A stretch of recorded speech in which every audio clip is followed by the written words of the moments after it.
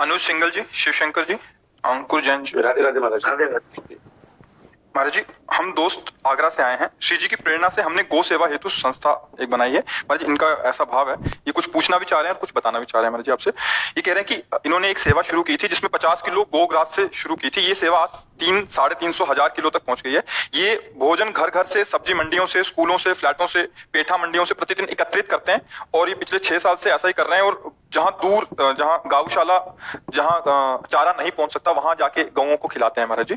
ये पाया गया कि लोग अपने घर के पास की गाय या घर के पास की गौशाला में ही पहुंचते हैं और इसी को ही गौ सेवा मान लेते हैं, जहां पर पहले ही प्राप्त मात्रा में भोजन है। जो गौशालाएं शहर से दूर स्थित हैं, जहां अधिक संख्या में निराश्रित गोवंश रहते हैं, वहां तक कोई भी नहीं पहुंच सकता। यदि हम प्रत्येक परिवार को 1 किलो भोजन से जोड़ पाए आगरा के समस्त गांवों को, इन्होंने एक तबके का लिया। कह रहे कि एक ऐसा मॉडल है कि जैसे परिवार में सब्जी काटी, उसके डंडे ला दी, इनकी गाड़ी आएगी, उसको ले जाएगी, या एक स्थान इन्होंने निर्धारित किया हुआ है और उस पूरे भोजन को लेके बहुत दूर, जहां अव्यवस्थित गाय है वहां ठीक है, अच्छा है। कह रहे ऐसा ही प्रयास कर रहे हैं, मतलब काफी 6 सालों से ऐसा प्रयास कर रहे हैं। बिल्कुल ठीक है, बिल्कुल ठीक है, धर्मयुक्त है।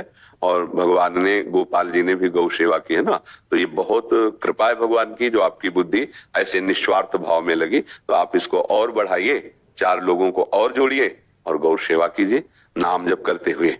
नाम जप जरूर कीजिएगा और निस्वार्थ सेवा होनी चाहिए।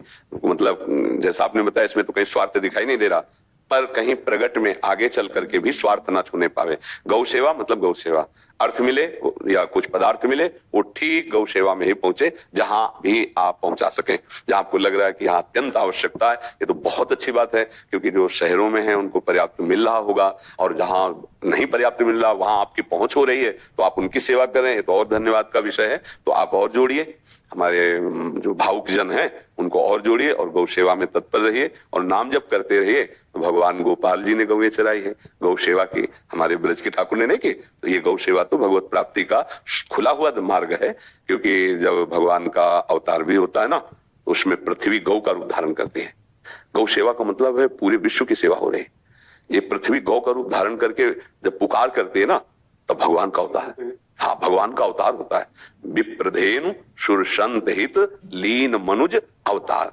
धेनु शब्द है, धेनु गाय, तो ये गौ सेवा भगवान। और देखो, किसी की भी सेवा हो यदि भगवत भाव से हो तो सबके हृदय में भगवान विराजमान है। फिर गौ सेवा तो शास्त्र भी आज्ञा करता है, इसलिए आप कीजिए और निष्कामता बढ़े, अभिमान शून्यता बढ़े, अपने में श्रेष्ठ भावना आने पावे। अपना कार्य है भगवत सेवा, गौ सेवा, पर हमें प्रभु ने लगाया है। अगर प्रभु ना लगावे तो भला ऐसा कैसे हो सकता है कि हम घर घर से एक एक ग्रास एकत्रित करके फिर ऐसा करें। तो उसमें अहम ना आने पावे और आगे कभी गौ सेवा के लिए कुछ भी मिले तो वो गौ सेवा में ही जाए, अपने कभी प्रयोग में ना आवे, तो यही भगवत प्राप्ति करा देगा।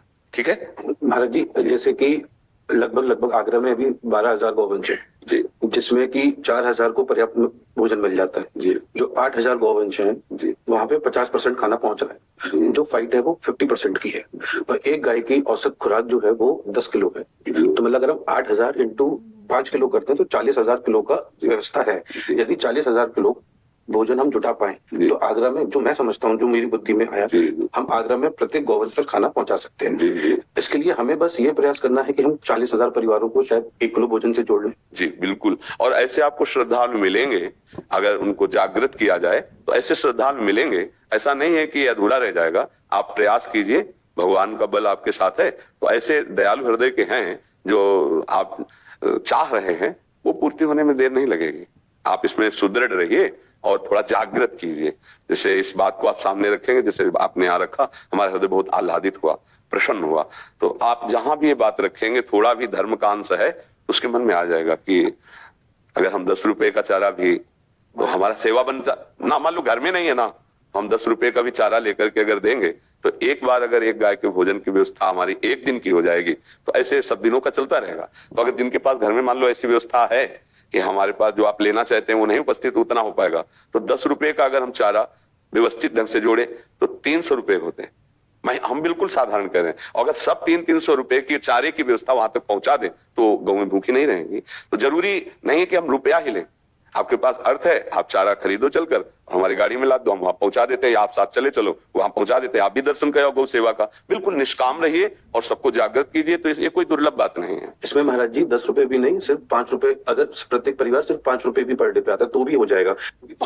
जो मसाला खाते हैं 100-200 के तो मसाले खा जाते हैं, तो 10 रुपया क्या चीज होती है। 2 से 2.5 रुपए किलो चारा मिल जाता है जब बल्क में। नहीं, हम ये कह रहे हैं कि आज आधुनिक स्तर पे अगर कोई मसाला भी खाता है तो 100-200 का मसाला खा जाता है, 10-20 पुड़िया खा जाता है। बहुत से ऐसे व्यसन करते हैं, बहुत से ऐसे व्यर्थ धन को, अगर छोटा छोटा भी हिस्सा धन का, तो बहुत सी ऐसी धार्मिक सेवाएं हैं जिनमें बहुत हम अच्छा अपने को अनुभव कर सकते हैं, हमारा हृदय पवित्र हो सकता है। अब जैसे कई ऐसे लोग हैं जो बीमार हैं मनुष्य शरीर में ही, अर्थव्यवस्था उनकी नहीं है, तो जैसे ऐसी व्यवस्था कि उनकी बीमारी के लिए उनको उचित औषधि मिल जाए, वो अब वयोवृद्ध